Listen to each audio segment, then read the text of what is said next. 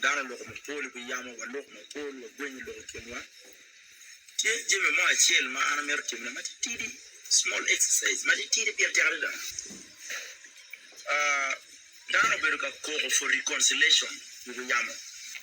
ma jomo kene ter reconciliation ne bi bere must ka put pia kwa ukija mi peke hiyo bien tem dano ka put pia kwa ukija eno kija moro ke kwa ni what are the procedures me kwa ukija kidon kija kichako kibonga arbe la dia na chuli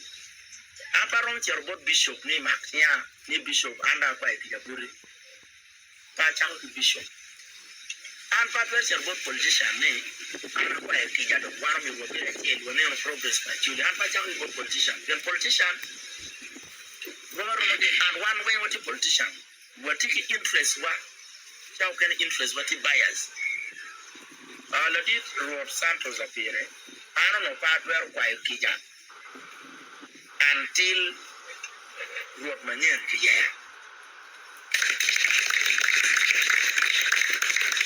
yan to a bal vegetor we bal ono part where quite kija yan kija mo mi ana tena churi ana aki kanke ni eni man wora ena chugo papa bawa na chugo papa bawa gi la ten pa justo bira ma en yam wor yusia jan me coach nyalo yusia jan no justo bira ku megine terensi ya tija ginga ngagi kadon justo bira onyale lutia mo kene wen babana ma chalo dende captain yet kijo mo kene wen chiro the area chugo ni no yet matidi ne do yep captain yet tin no pere el dum ti babana dikan so an latin ke pa jerga kwa ki church yan church ko ki culture wa wana wa Bible kaje be ma ko biri jeba ta be da yan ban ni America cha ko ta Bible do bari jeba ana tiu ga bila don la dir road na wirodi Santos apire reconciliation ma churi ko pere ne mo cha ke go dum tin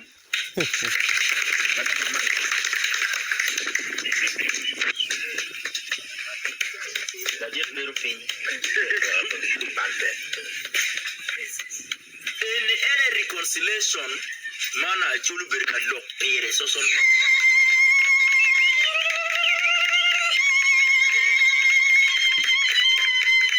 any reconciliation do chake go ya chuli Kirod Santos apire la wirudi Paramount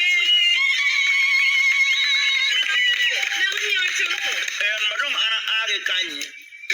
ana wayne luendong peke Richard ma ana bayi biyamo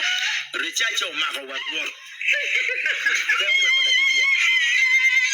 kumamba ana lego kija dong rachuli through la wirudi ma individual communication ni honorable boss mi kutim pa dem wani da dong peke ni chake tim ya lwadi maki kere kalenda mwaka wa kwero ni la Disro Santos appear la wirudi Paramount chief actually Umaru Food yan kila tiene honorable boss mi kutim pa Riemo